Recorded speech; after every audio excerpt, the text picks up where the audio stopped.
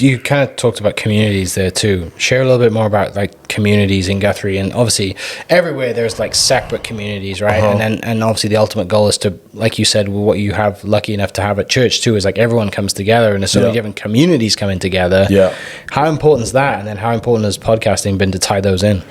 Yeah, so I host a podcast called Guthrie America Podcast, and before that was a podcast, it was just a blog where I would. I designed this T-shirt, a Guthrie America T-shirt, and I bought 10 of them, and I picked 10 people, and I asked them, could I send them a set of questions? I emailed them the questions. They respond, they send back to me. Then we would do a photo shoot, and then this is when blogging was a thing, and we would share it via the blog.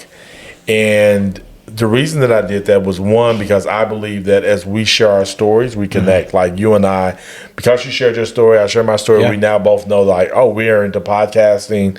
We connect. We become friends, and I believe that's what helps build a community. So we're in the podcasting community, right? And the more we get to know each other in the podcast community, the stronger that community is going to be. And so I began to utilize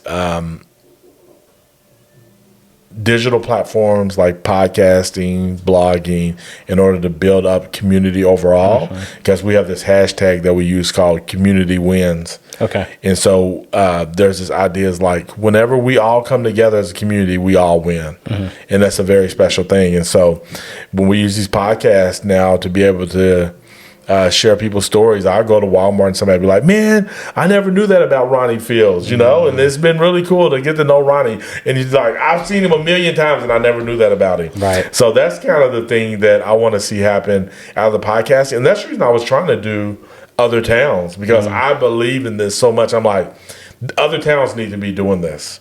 You're doing it for Oklahoma. Like you're doing it kind of statewide, which is really great. But I think the smaller you can do it, even just that much better, you know?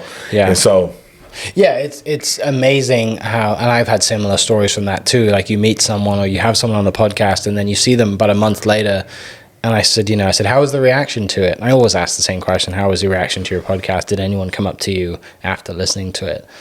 And they said, for the most part, they say, like nobody knew this about me, right? And it's amazing how the podcast chair is kind of like the barber chair. Yeah, right? It's a safe place. That's right. It's a safe place to share stories. You never think about the 500 or 1,000 or 10 people that's going to listen to it because they're not in the room. Yeah. Right. And if they were in the room, you probably wouldn't share it.